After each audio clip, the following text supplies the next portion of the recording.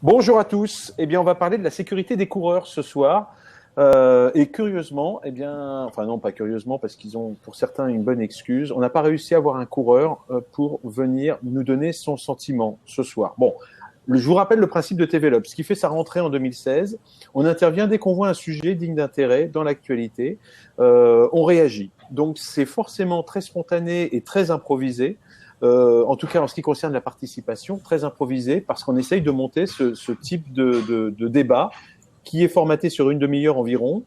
Et pour composer ce débat, on essaye d'appeler un petit peu au pied levé les uns et les autres pour savoir s'ils sont disponibles. Et comme nous, eh bien, nos invités prennent un petit peu sur leur temps libre après leur journée de travail pour faire ce débat.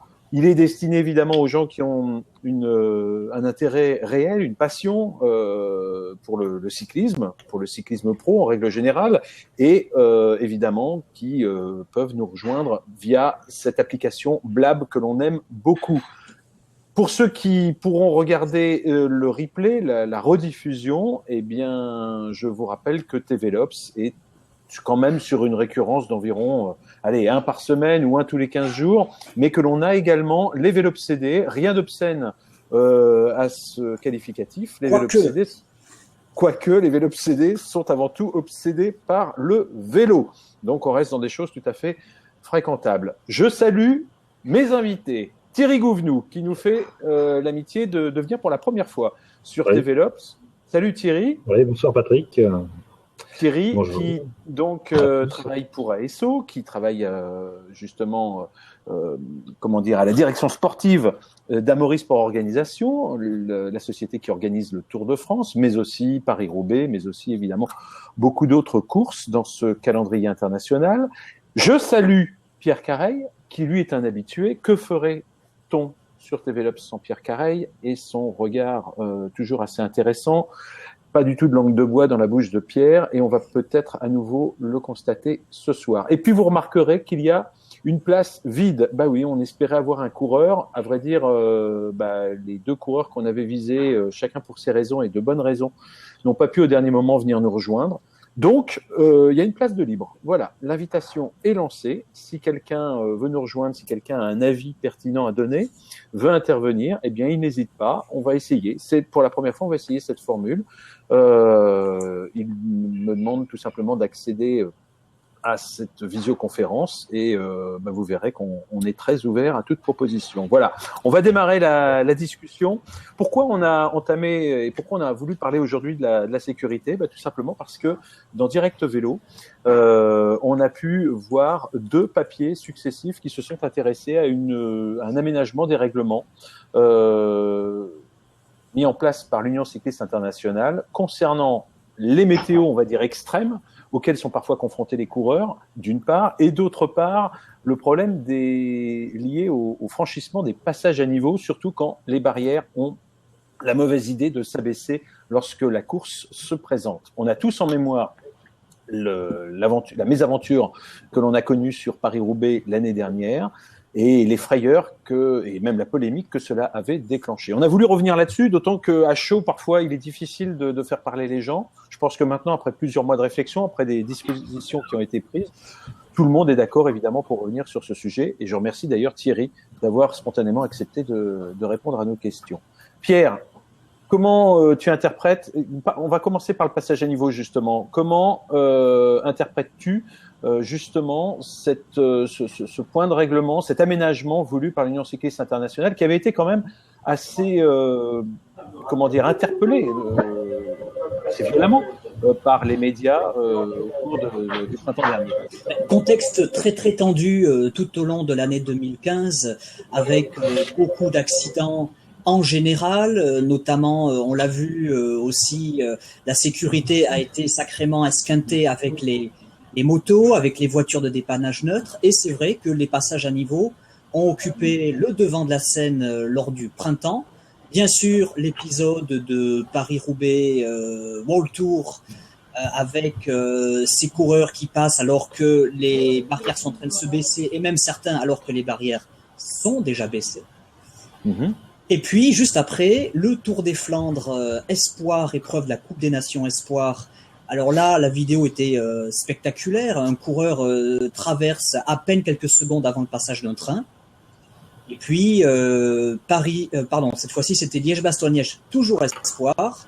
Un passage à niveau, certains coureurs qui laissent. Ça, et ce nouveau règlement de l'Union cycliste internationale qui a été donc modifié, complété, amendé en date du 1er janvier, et surtout une clarification. C'est pas Thierry qui est aussi commissaire, UCI, et donc certainement le nez bien plongé dans les règlements pourra nous le confirmer. Mais Thierry, est-ce que tu penses que c'est une évolution, une révolution, un changement, une confirmation? Bon, il faut savoir qu'en général, les règlements s'adaptent à des situations un petit peu extraordinaires. Et c'est vrai que on a vécu une année de 2015 assez difficile au niveau des passages à niveau. Et l'UCI, derrière, a voulu réactualiser son règlement pour le faire coller un peu plus à la réalité du terrain. C'est vrai qu'il était déjà, dans le règlement, il y avait déjà un article concernant les passages à niveau, mais il n'était pas vraiment bien défini. Cette fois-ci, les choses sont beaucoup plus claires et j'espère que les coureurs iront lire ce règlement. Donc la nouveauté, selon toi, qu'est-ce que c'est, Thierry, là? Déjà, on définit ce que c'est qu'un passage à niveau fermé. Avant, on parlait d'un passage à niveau fermé. Mais alors, on pouvait interpréter un peu le passage à niveau fermé comme on voulait. Est-ce que c'était lorsque la barrière commence à se baisser, lorsqu'elle est complètement baissée? Et donc maintenant, on sait clairement qu'un passage à niveau est fermé à partir du moment où il y a un signal sonore ou un signal lumineux qui se fait voir ou entendre. Et à partir de ce moment-là, on considère que le passage à niveau est fermé, même si les barrières sont encore bien levées. Bon, je reviens juste quand même sur un point de détail qu'a donné tout à l'heure Pierre. Thierry, tu es commissaire. J'aimerais juste que tu nous racontes pourquoi tu es devenu commissaire. C'est pas le cas de tous les organisateurs. On n'a pas besoin d'être commissaire pour organiser une course. Et justement, je crois que c'est pas parce que je dis ça, je suis pas le faux naïf. Hein, je sais que tu me l'as raconté une fois. Dans quelles circonstances tu as choisi de devenir commissaire? Bon, alors c'était déjà sur un Paris-Roubaix. C'était, alors je sais plus si c'est 2005 ou 2006. Moi, j'ai pas la mémoire des années, mais toujours est-il que j'étais en tant que régulateur sur Paris-Roubaix. Et je me suis retrouvé devant ce fameux passage à niveau où Cancellara est passé sans problème et puis derrière, des coureurs ont forcé le passage et ont fini par être déclassés. Et c'est vrai que à ce moment-là, moi, en tant que régulateur, devant ce passage à niveau, j'avais surtout réagi en tant qu'ancien coureur et pas en tant que quelque part arbitre, commissaire. Parce que pour moi, c'était le bon sens du coureur cycliste qui prédominait et on ne pouvait pas respecter des règlements à si près de la ligne d'arrivée. Et donc, ça m'a trotté dans la tête. Après, il y a eu une polémique où le président du jury de cette course a voulu me mettre sur le dos un petit peu toutes les conséquences de ce passage à niveau. Et donc, je me suis décidé à passer mes examens au fur et à mesure. Et puis maintenant, voilà, j'ai mon diplôme de commissaire. Il me reste plus qu'une petite validation à faire pour être commissaire international. Mais c'est vrai que le cheminement était un petit peu long, mais nécessaire, surtout dans la fonction que j'occupe aujourd'hui. Donc c'est une longue histoire finalement, la Paris-Roubaix et les passages à niveau. Eh ben, c'est vrai que sur Paris-Roubaix, c'est extrêmement compliqué. Hein. Sur la zone autour d'Arambert, on croise 5 fois cette fameuse ligne. Donc c'est vrai que la probabilité de rencontrer des trains est quand même assez grande. Et malheureusement, on ne peut pas non plus se passer des pavés. Donc il faut faire avec, je dirais quelque part faire avec. Et c'est vrai que dans le Nord, eh bien, sur le parcours de Paris-Roubaix, on traverse quand même un bon paquet de lignes de chemin de fer. Il y en a 9, je crois, c'est ça? 9 oui, alors il y en a de plus ou moins importants, mais c'est vrai qu'il y a la ligne la plus importante, c'est celle qui passe au pied de la trouée d'Arambert. Celle-ci, on la traverse 5 fois. On la traverse une fois. C'est une ligne grande vitesse, c'est bien ça? Alors, c'est des TGV qui circulent sur cette voie, mais bien sûr, ils ne sont pas à grande vitesse. Hein. Ils doivent circuler entre 100 et 120 km/h, largement assez vite pour faire des dégâts, mais c'est pas non plus un Paris-Lyon. Hervé nous dit, et je vous incite à réagir évidemment dans les commentaires pour tous ceux qui nous ont rejoints, on est quand même assez nombreux ce soir. Hervé qui nous dit un jour on sauvegardera peut-être les passages à niveau comme les secteurs pavés. C'est évidemment une boutade, mais est-ce que justement les réseaux ferrés de France ne cherchent pas, on le sait, ils cherchent à faire disparaître progressivement les passages à niveau dans les zones dangereuses. Est-ce que justement ces passages à niveau qui sont dans la zone donc concernée par Paris-Roubaix ne sont pas considérés comme prioritaires parmi les passages à niveau qu'on cherche à faire disparaître? Non, moi je ne travaille pas pour la SNCF, mais je sais qu'ils ont un grand nombre de passages à niveau à enlever, mais ils ne pourront pas tous les enlever. Et donc il y a des choix à faire. Mais je voudrais aussi revenir un petit peu en arrière. Lorsque la ligne TGV, cette fois-ci la vraie ligne TGV à grande vitesse Paris-Bruxelles a été créée, elle a traversé un grand nombre de secteurs pavés dans la PVL, et à ce moment-là, on a perdu énormément de kilomètres de pavés. Et donc, c'est vraiment une longue histoire de la relation entre Paris-Roubaix et la SNCF, du moins, et les voies ferrées. Pour rappeler peut-être, pour rappeler tout le processus de sécurité, vous, de toute façon, ces passages, vous les avez identifiés.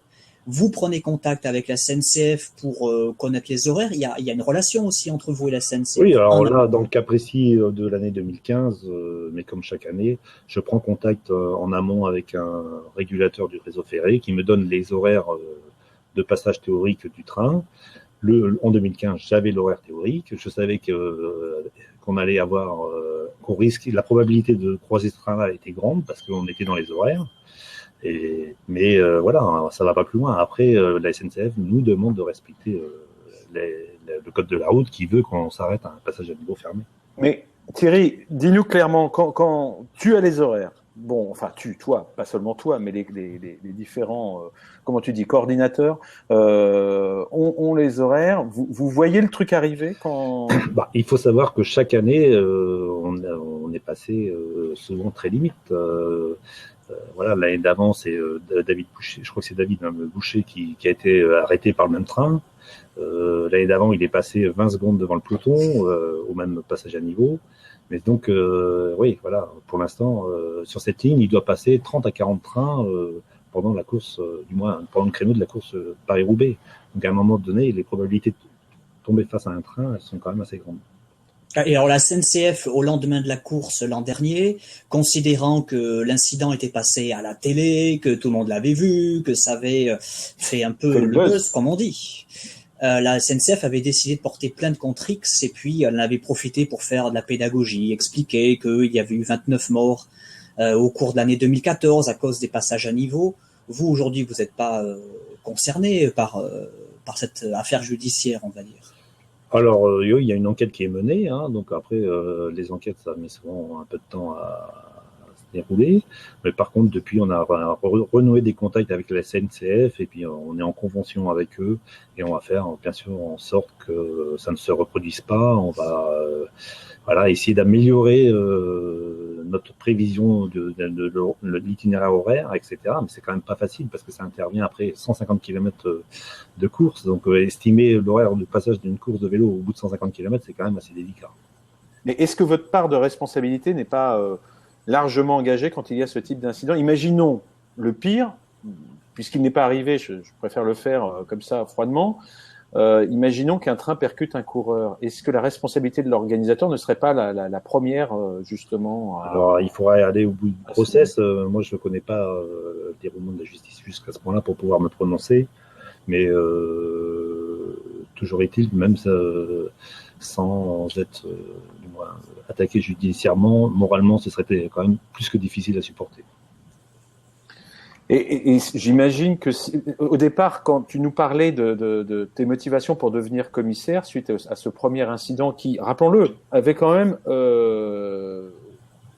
débouché sur le déclassement de 3 coureurs, et pas des moindres puisqu'on était dans le final, comme le dit Boris, c'est-à-dire ce passage à niveau de Willems-Chéran qui est tout proche de l'arrivée. De mémoire, je crois qu'il est à moins de 20 km. 10 km, ouais. 10 km de l'arrivée. C'était aussi pour des raisons... Ce qui t'avait motivé, c'était pour des raisons sportives. Tu avais l'impression que ça faussait le dénouement de la course, ou c'était justement parce que là, il y a quand même un problème de sécurité auquel il faut faire ça. C'était tout un ensemble. C'était le comportement du président du jury, c'était l'envie d'aller au bout des choses dans mon métier, c'était plein de choses, c'était plein de critères. Mais c'est vrai que de connaître quelque part par cœur les règlements, ce que ne connaissent pas forcément les coureurs. Moi, quand j'étais coureur, j'étais mentor-coureur, il n'aurait pas fallu me faire une leçon, demander de réciter le règlement du UCI. J'étais incapable de connaître tous les règlements. Le règlement qui a donc changé de l'UCI, ou qui a été modifié, complété, il définit non seulement ce que c'est qu'une fermeture de passage à niveau, mais aussi il est très clair sur ce qui se passe après, et c'est-à-dire un arrêt finalement des coureurs. Oui, c'est vrai. En fin de compte, la décision qu'on a prise au moment où s'est pas déroulé le problème du passage à niveau en 2015, eh ben, a fait jurisprudence pour le nouveau règlement. Et c'est vrai qu'il est demandé au commissaire si le passage à niveau se baisse au milieu d'un groupe, eh ben, de faire en sorte que les coureurs qui respectent la règle ne soient pas pénalisés et retrouvent leur place dans la course. Et donc, il faut neutraliser la course. C'est ce que nous avons fait l'an passé, sans que ce soit écrit, quoi. Et sur le tour, même chose, même. C'est exactement les mêmes règlements. Hein. Le règlement UCI est bon pour toutes les courses, que ce soit du World Tour. Mais est-ce que l'an dernier, il y avait eu, par exemple, une sécurité renforcée? Il me semblait que, par exemple, il y avait des commissaires qui partaient à moto un petit peu en amont. Oui, c'était déjà le cas. Hein. C'est des choses qui étaient mises en place.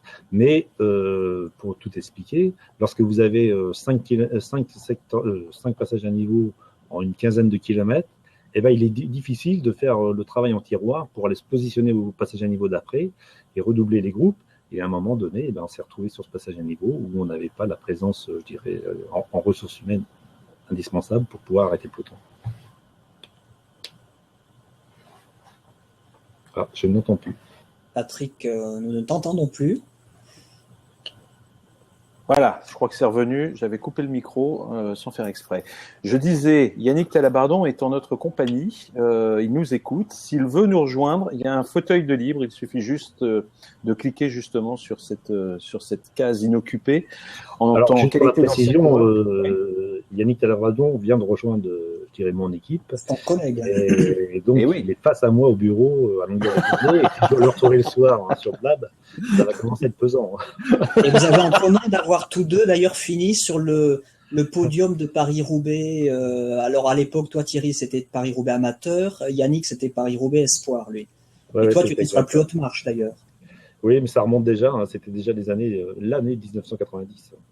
Et il peut peut-être quand même venir nous faire un petit coucou derrière toi, quoi, quand même, qu'on le voit. Pas de problème. Il y a beaucoup de gens qui... Non, mais reste avec nous, ne t'en vas pas, tu vas pas t'en sortir comme ça.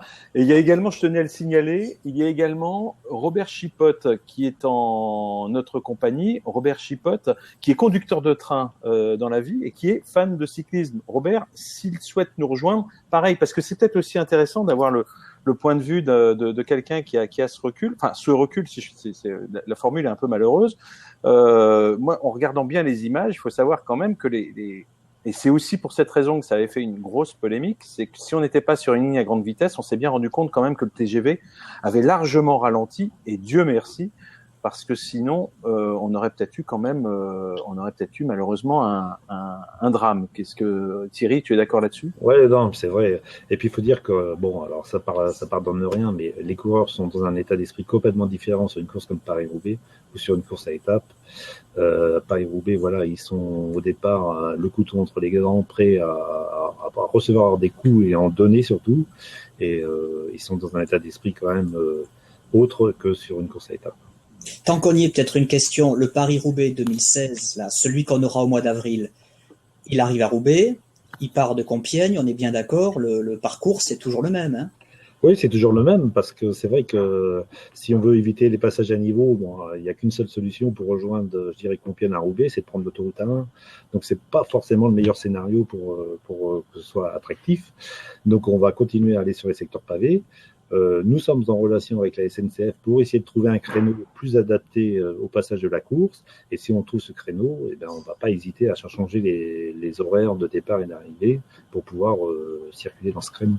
Je posais simplement la question parce qu'il y a eu, je pense, une petite confusion au mois de décembre lorsque dans la presse ont été évoquées les relations entre ASO et l'UCI.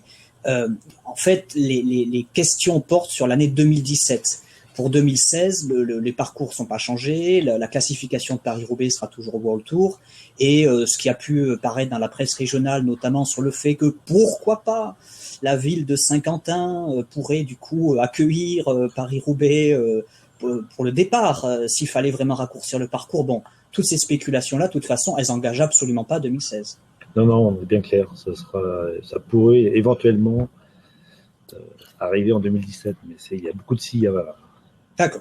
Dis donc, mon petit Pierre, tu serais pas en train d'essayer de tirer des informations qui n'ont rien à voir avec le sujet du soir, hein, Non, mais la question du parcours était posée sur et c'est vrai que pas mal de gens ont cru que ces complications entre ASO et l'UCI portaient sur 2016. Non, visiblement.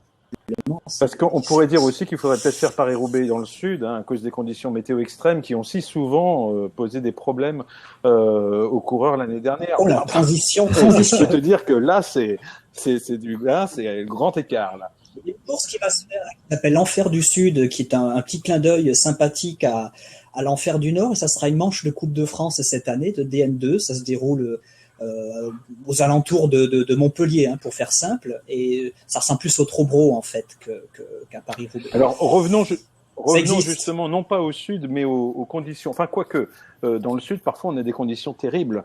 On a pu se rendre compte notamment l'année dernière pour rester en Europe avec Tirreno Adriatico. Rappelez-vous le Terminillo enneigé, c'était quand même les coureurs n'avaient pas apprécié l'infiniment froid ou l'infiniment chaud également. Et là aussi l'UCI a pris quelques dispositions pour essayer de corriger ça, ou en tout cas de codifier tout cela. C'est bien ça, Pierre? Oui, pardon, j'étais en train de regarder la liste des. Oh là, Eric Boyer arrive là, c'était pas prêt. Et voilà, formidable, Eric qui a vu qu'il y avait un siège libre. Eric, on vient de parler des passages à niveau. Bonsoir tout le monde. Vous m'entendez? Eric, oui, on t'entend très bien. Je fais pas les présentations puisque tu connais évidemment tout le monde. Bonjour Thierry. Ça va, Eric, bonjour. Voilà, merci Eric de nous rejoindre. Il manquait un coureur. Bon, on n'a pas réussi à convaincre Yannick Talabardon, qui n'a pas réussi à vaincre sa timidité naturelle, mais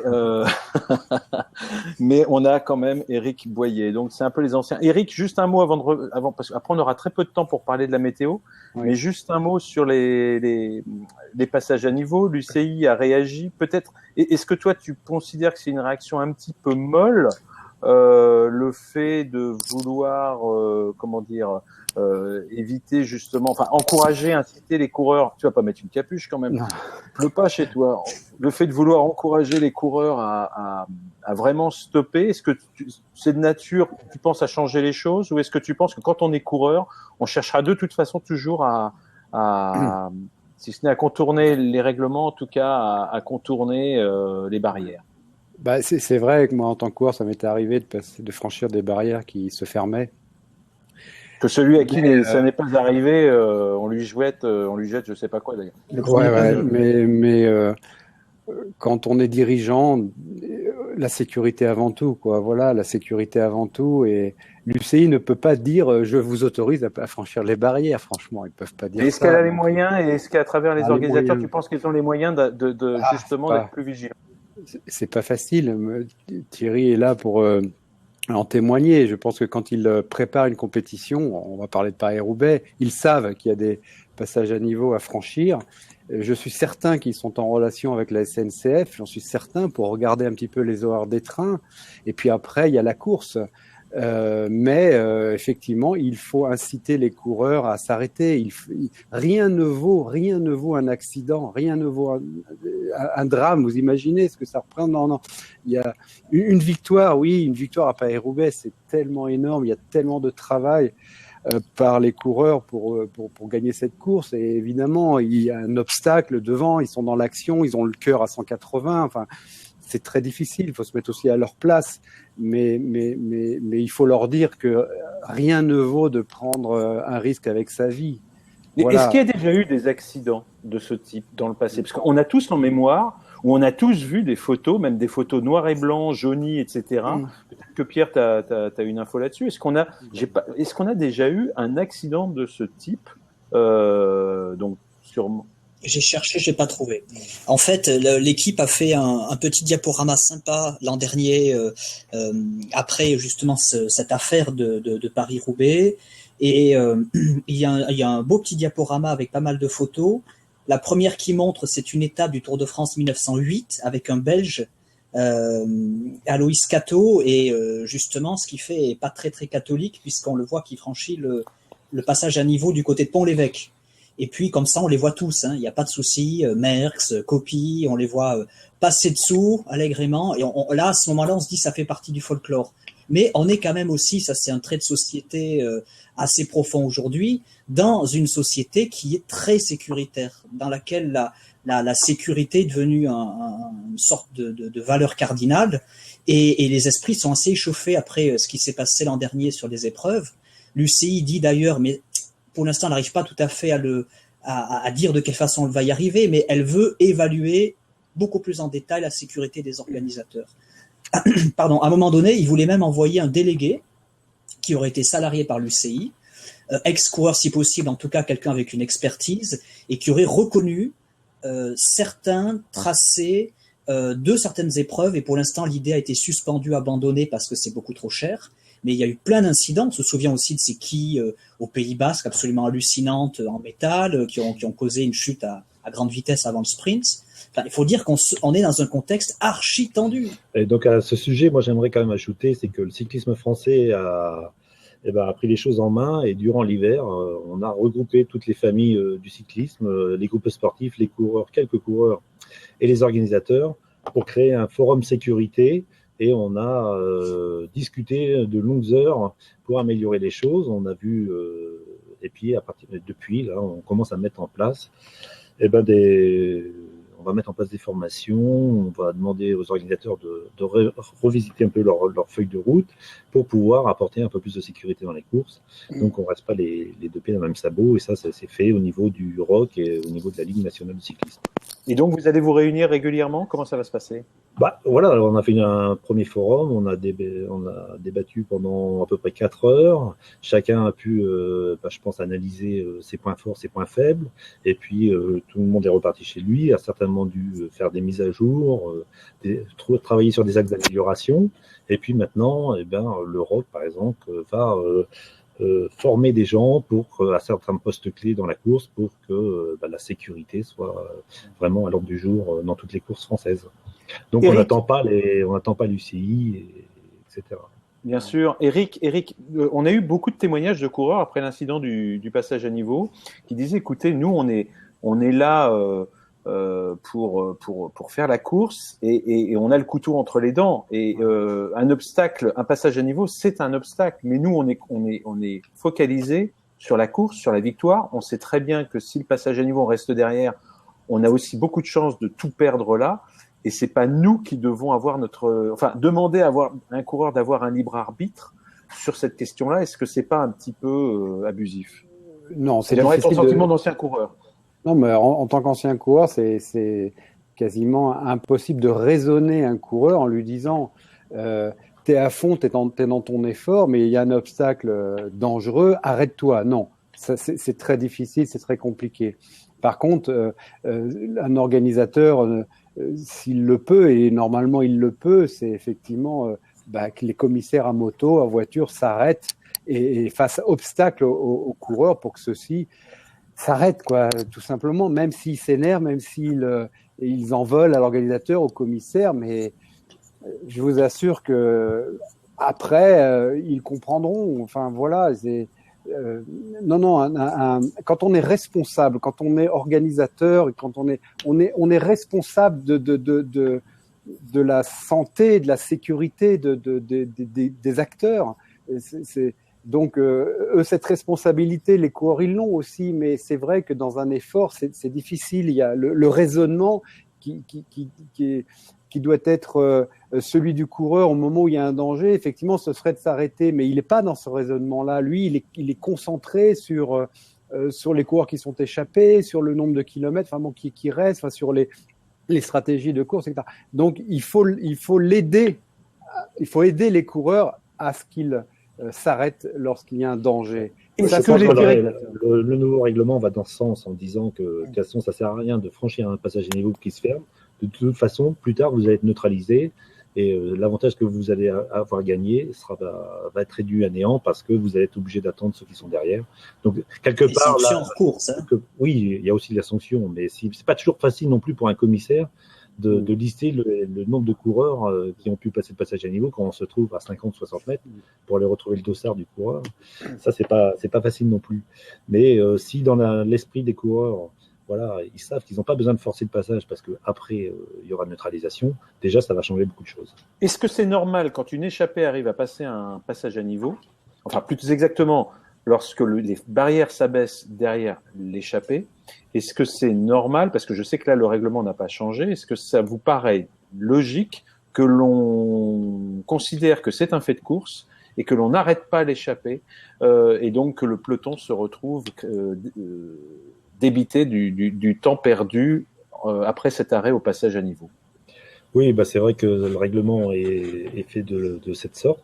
Par contre, dans toute situation exceptionnelle, le président du jury a tous les pouvoirs avec l'organisation pour établir une situation qui serait vraiment trop désavantageuse pour certains.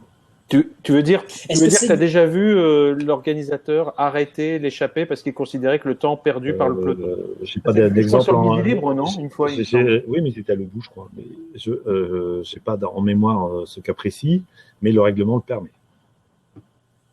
Est-ce que c'est de plus en plus difficile pour vous d'utiliser la route comme un espace de jeu ou de travail pour le vélo? Il y a un étalement urbain, et d'ailleurs typiquement dans cette région du Nord, avec une conurbation de plus en plus forte autour de Lille, Roubaix, Tourcoing. Est-ce que vous arrivez à passer proprement sur les routes, que ça soit avec le Tour de France ou Paris-Roubaix, ou bien est-ce que vous êtes englué dans tout ce qui est îlot central, comment vous appelez ça, les ralentisseurs Bon, avec mon équipe, là, d'anciens coureurs, c'est un casse-tête permanent, quoi. À chaque fois qu'on doit tracer un parcours, on se pose toujours la question de savoir jusqu'à quel moment ça va être trop dangereux, quoi. Mais c'est vrai qu'il y a quasiment plus de régions en France qui sont, je dirais, quelque part cyclables. Et on doit faire avec. C'est de pire en pire ou ouais, alors c'est vrai qu'il y a une énorme poussée de tout ce qui est rond-point, ralentisseur, rétrécissement. J'ai l'impression que ça se calme un petit peu, mais c'est vrai qu'en 15-20 ans, la route en France a complètement été dénaturée et chaque entrée de village comporte ses îlots ou ses ralentisseurs et à chaque fois, c'est des dangers supplémentaires pour les coureurs et à chaque fois qu'on traverse un village, on sort du village en disant mais voilà, c'est vraiment des artistes parce qu'ils ont franchi ce village avec tant d'obstacles et en fin de compte, il se passe pas énormément de choses quand même. Est-ce qu'il y a des villes où vous n'osez plus arriver? Oui, alors régulièrement, il y a des maires qui nous disent « Ah, mais vous n'êtes pas passé chez moi. » Ah oui, on a essayé pourtant, monsieur le maire, de passer chez vous, mais votre commune, elle n'est plus du tout cyclable pour un peloton. Et donc, on a préféré bifurquer autour de votre commune parce que c'est plus possible. Hervé, et ça, c'est notamment vrai, je dirais, dans le sud de la France. Ouais. Hervé a cette réflexion qu'il faut bien sûr garder en tête parce que c'est du bon sens, mais c'est vrai qu'il faut quand même le rappeler. Ce sont aussi des vies sauvées pour les civils. Les aménagements pour les civils, entre guillemets, les aménagements urbains, la route est faite avant tout pour ceux qui l'empruntent tous les jours. C'est pas pratique pour les coureurs, souvent. Ça crée des dangers supplémentaires, mais ça sécurise un peu, bien sûr, la vie de tous les jours, enfin un peu beaucoup même, la vie de tous les jours pour les automobilistes notamment et pour les piétons. Donc c'est la cohabitation c'est une cohabitation qui est difficile. Par exemple, un pays comme la Hollande qui a des kilomètres et des kilomètres de pistes cyclables, c'est le pire pays pour organiser une course de vélo. c'est un peu contradictoire, mais c'est comme ça. Et donc il faut faire avec. C'est vrai qu'on peut pas raser tous les aménagements urbains sur la route parce qu'une course cycliste va passer. Donc on arrive à le réaliser dans les derniers kilomètres d'une étape du Tour de France. On fait faire des travaux aux villes qui veulent accueillir le Tour de France, mais on ne peut pas le faire sur tout le tracé du Tour de France. Eric était passé dans un tunnel, mais il est revenu, vous voyez. Pardonnez-moi, du coup, j'ai bien écouté ce que on parle des passages à niveau, le danger, etc. Moi, j'ai connu des choses très très graves aussi, des franchissements de tunnels, parce que Patrick t'a vu là, mais dans le noir, mais le plus total. En Italie notamment. Au Giro. Malheureusement, au Giro et à Tirreno Adriatico, une fois, le peloton était compact, groupé dans une descente en faux plat, ligne droite, route très très large, on allait très très vite. On rentre dans le tunnel en toute sécurité, entre guillemets, parce qu'on voyait toutes les lumières. 200 coureurs à fond dans le tunnel. Au moment où le dernier coureur du peloton franchit l'entrée du tunnel, la lumière s'est éteinte. Surprise. Et je vous assure que j'ai jamais vu autant de coureurs se prendre un gadin. Laurent Fignon, malheureusement, le pauvre, il était reparti, mais il avait dû abandonner. Voilà, c'était incroyable. Donc là aussi, il y a pas que les passages, il y a beaucoup de dangers sur la route, et malheureusement, il y en a de plus en plus. Et écoutez, on va garder cette anecdote pour conclure. On n'aura pas parlé de la météo, mais au moins on a bien bordé le sujet qui nous occupait aujourd'hui, c'est-à-dire la modification, l'aménagement, appelez ça comme vous voulez, du règlement de l'UCI sur la problématique des passages à niveau. Moi, je remercie Thierry d'avoir été en notre compagnie parce qu'il y avait des questions qui ne sont pas toujours évidentes, mais je crois, Thierry, que tu as répondu avec beaucoup de franchise. Merci à Pierre d'avoir justement bien bordé aussi ce sujet avec un éclairage que je n'avais pas. Et puis Eric, merci d'avoir joué le quatrième homme.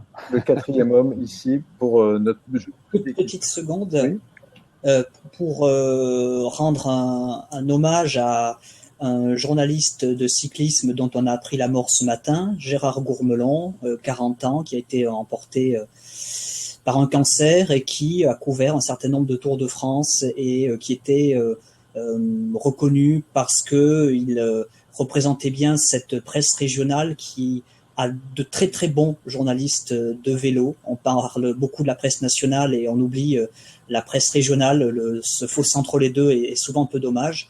Et Gérard avait eu cette espèce de tour de force. Il avait réussi ce tour de force de convaincre avec son collègue Vincent Côté, la rédaction en chef du journal, de parler du Tour de France de manière assez libre et pas toujours orthodoxe dans les années 2006, 7, 8, qui ont été des années très lourdes pour le vélo.